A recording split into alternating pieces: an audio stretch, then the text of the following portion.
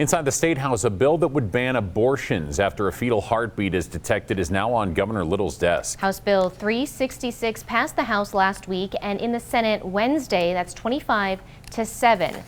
The bill would make it illegal to perform an abortion on a woman in Idaho once a fetal heartbeat can be detected. That can happen as early as 6 weeks before many women even know they're pregnant. Providers could face up to 5 years in prison, and the woman who receives the abortion would be allowed to sue the provider. Planned Parenthood, which offers abortions and many other women's health and family planning services, condemned the bill, urging Governor Little to veto it.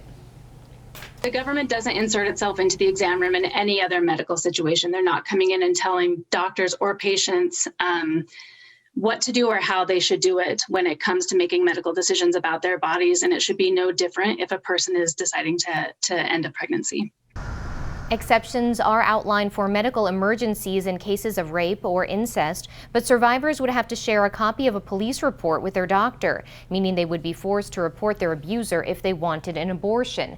The bill contains a trigger provision, which means even if it becomes law, it would not go into effect unless a federal appeals court upholds similar legislation from another state. Similar bills have been passed in several southern states, but many are already in court. Now, earlier this year, a federal court temporarily blocked a fetal heartbeat bill in South Carolina.